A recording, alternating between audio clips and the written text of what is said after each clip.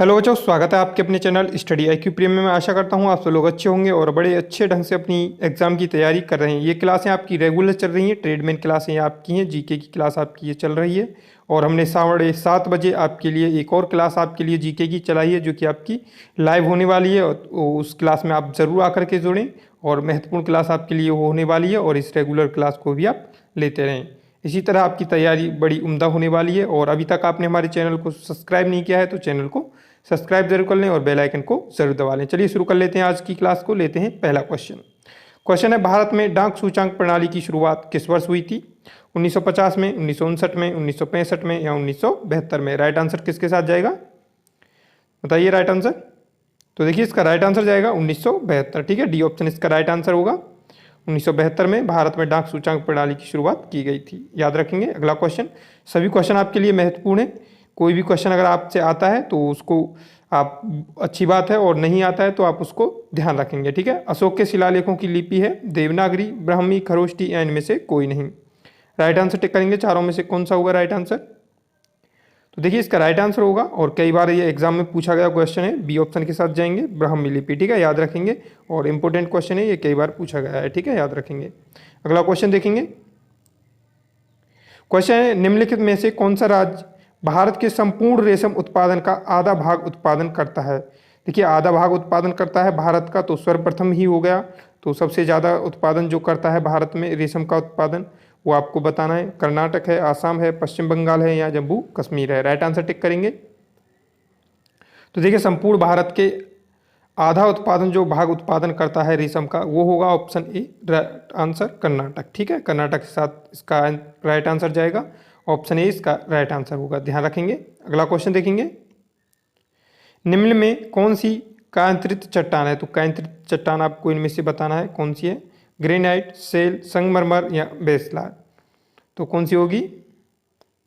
तो ये कई बार एग्जाम में पूछा गया क्वेश्चन है, इसका राइट आंसर होगा ऑप्शन सी के साथ। ठीक है, संगमरमर जो है आपकी कायांतरित चट्टान के रूप में आपकी जानी जाती है। ठीक है, याद रखेंगे, ये कायांतरित चट्टान में आती है, आपको ध्यान रखना है। अगला क्वेश्चन देखेंगे।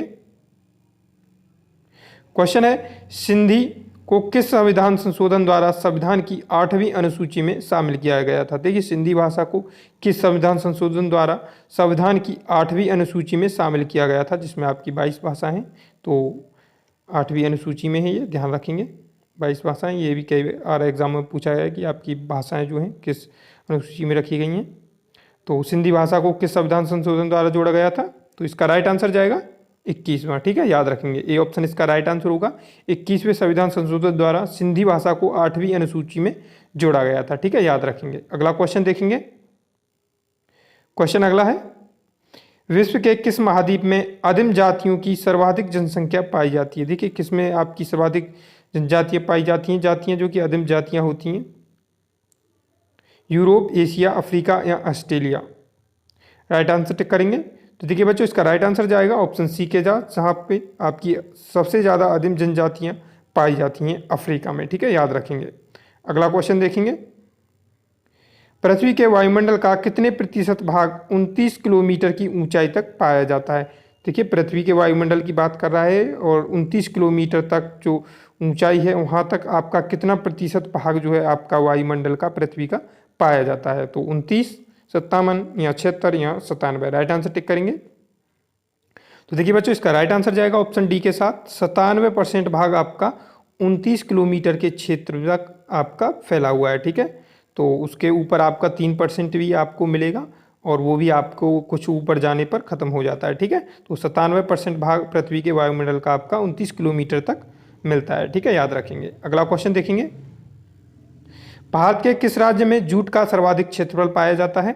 आसाम में, पश्चिम बंगाल में, बिहार में या मेघालय में? राइट आंसर टिक करेंगे, कहाँ पे आपके जूट का सर्वाधिक क्षेत्रफल पाया जाता है? 8 का राइट आंसर देखेंगे। तो देखिए इसका राइट आंसर जाएगा ऑप्शन बी के साथ, पश्चिम बंगाल। ठीक है, पश्चिम बंगाल इसका राइट आंसर होगा। सबसे अधिक जूट का उत्पादन जो होता है भारत में पश्चिम बंगाल में होता है। अगला क्वेश्चन देखेंगे। क्वेश्चन है बच्चों, साबित कदाचार या असमर्थता के आधार पर उच्च न्यायालय के न्यायाधीशों को पद से कौन हटा सकता है? तो कौन हटा सकता है? राष्ट्रपति हटा सकता है, संसद, विधानमंडल के समावेदन पर राज्यपाल या संसद के समावेदन पर राष्ट्रपति। राइट आंसर टिक करेंगे। कौन हटा सकता है? साबित कदाचार और असमर्थता के आधार पर उच्च न्यायालय के न्यायाधीशों को पद से हटा सकता है। तो कौन हटा सकता है? इसका राइट आंसर होगा ऑप्शन डी। ठीक है, याद रखेंगे। संसद के समावेदन पर राष्ट्रपति। ठीक है, इसका राइट आंसर होगा ऑप्शन डी जाएगा। संसद के समावेदन पर राष्ट्रपति इनको हटा सकता है। ठीक है, अगला क्वेश्चन देखेंगे। क्वेश्चन आपके सामने, निम्नलिखित में से भारत का सबसे लंबा बांध आपको बताना है, कौन सा होगा? भाखड़ा बांध, नागार्जुन सागर बांध, हीराकुंड बांध या कोसी बांध। राइट आंसर टिक करेंगे। तो 10 का राइट आंसर किसके साथ जाएगा? तो इसका राइट आंसर होगा ऑप्शन सी, हीराकुंड बांध। ठीक है, याद रखेंगे। हीराकुंड जो बांध है आपका भारत का सबसे लंबा बांध है, तो आप जरूर ध्यान रखेंगे। अगला क्वेश्चन देखेंगे। राष्ट्रीय रसदार फल अनुसंधान केंद्र कहाँ स्थित है? कई बार एग्जाम में पूछा गया है। तो कहाँ पे स्थित है आपका राष्ट्रीय रसदार फल अनुसंधान केंद्र? ईटानगर, शिमला, नागपुर या जूनागढ़। राइट आंसर टिक करेंगे चारों में से। तो देखिए इसका राइट आंसर किसके साथ जाएगा? ऑप्शन सी के साथ। ऑप्शन सी इसका राइट आंसर होगा। नागपुर में आपका राष्ट्रीय रसदार फल अनुसंधान केंद्र स्थित है, याद रखेंगे। अगला क्वेश्चन देखेंगे। निम्नलिखित में से किस प्रधानमंत्री ने अपने कार्यकाल के दौरान संसद का सामना नहीं किया है? कई बार एग्जाम में पूछा गया है। लाल बहादुर शास्त्री, मोरारजी देसाई, चौधरी चरण सिंह या चंद्रशेखर। तो आपको सभी को पता होगा, नॉर्मल सा क्वेश्चन है और कई बार एग्जामों में पूछा गया है। तो ये होगा ऑप्शन सी, राइट आंसर होगा इसका। चौधरी चरण सिंह जो है आपके प्रधानमंत्री ने अपने कार्यकाल के दौरान संसद का सामना नहीं किया है। ठीक है, याद रखेंगे, ये उपस्थित नहीं हुए हैं संसद में। अगला क्वेश्चन देखेंगे।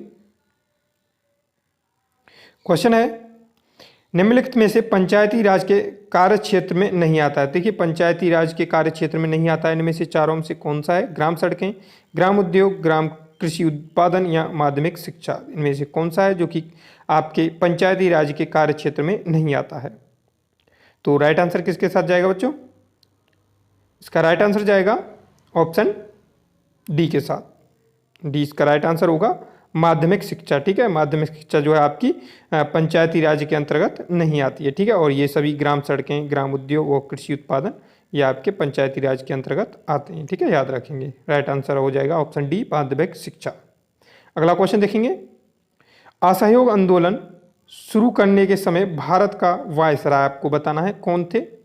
असहयोग आंदोलन जब आपका शुरू हुआ था उस समय आपके वायसराय कौन थे भारत के? Lord Hastings, Lord Canning, Lord Dalhousie या Lord Chelmsford. Right answer tick करेंगे चारों में से।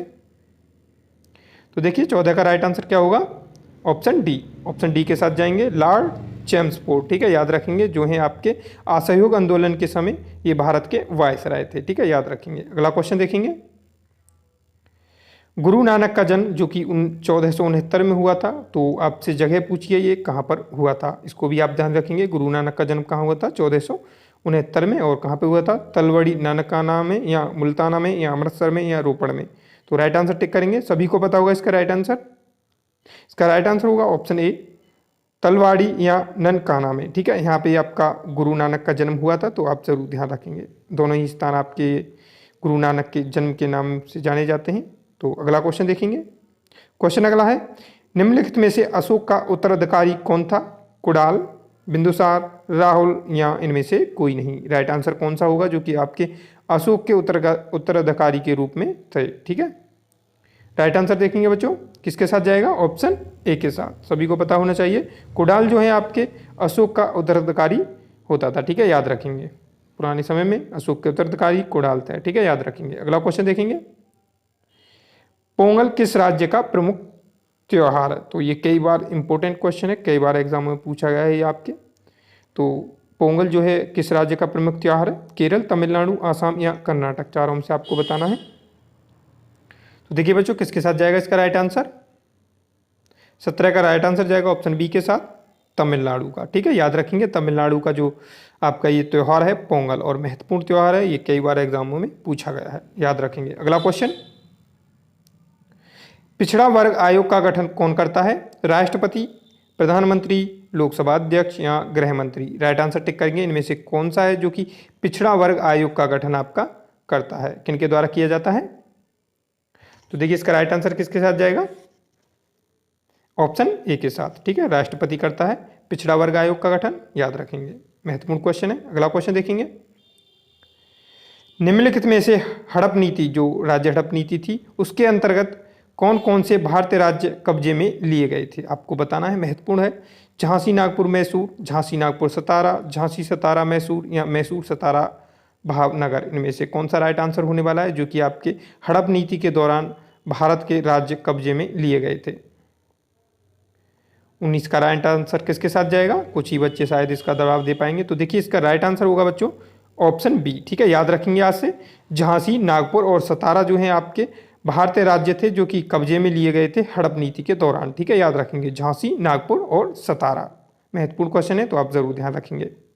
अगला क्वेश्चन देखेंगे, किस राज्य के लोकसभा और राज्यसभा में प्रतिनिधि सबसे अधिक हैं, तो सभी को पता होना चाहिए किस राज्य से आते हैं, जहाँ पे सबसे ज़्यादा जनसंख्या होगी वहीं पे सबसे ज़्यादा आपकी लोकसभा और राज्यसभा की सीटें आती हैं।